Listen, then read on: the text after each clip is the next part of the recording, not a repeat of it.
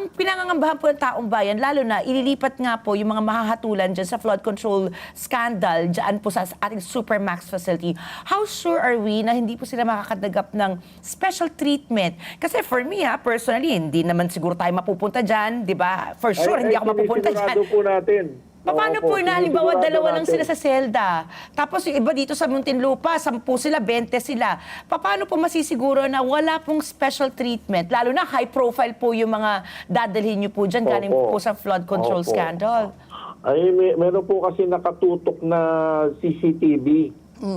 Minomonitor yan ng National Headquarters.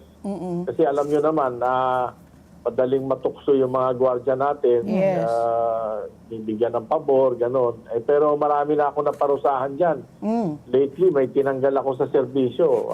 Siya superintendent pa ng kolonya. O mismong So, sabi ko, wag natin ibalik. Kasi nung pumasok nga po si Ombudsman Boyeng Rimulya, ang inutos sa akin, sirain ko lahat yung kubol. Kubol, correct. 5,500 na kubol po ang tinanggal natin sa Muntinlupa. So, yung po naman ginawa natin mga kulungan ngayon, nakarehas yan at may mga CCTV, may nagmo-monitor, centralized. And then pagka may yung mga construction materials, binabantayan po yan ng pagpasok. So, wala na pong mga special treatment. So, General, kasi nagkakaroon ng special treatment pag may kubol may sariling kwarto, correct.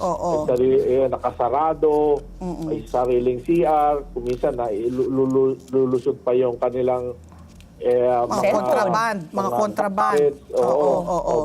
So, General, pareho lang po ang budget sa pagkain. Halimbawa ng mga to, tama ba? 60 pesos ba, Patpi? 100 pesos a day. 100 pesos a day. 100 Ganon na din po, po ang 100 kanilang na. budget sa pagkain everyday, katulad po ng mga This year preso. na itaas ng 100 from 70.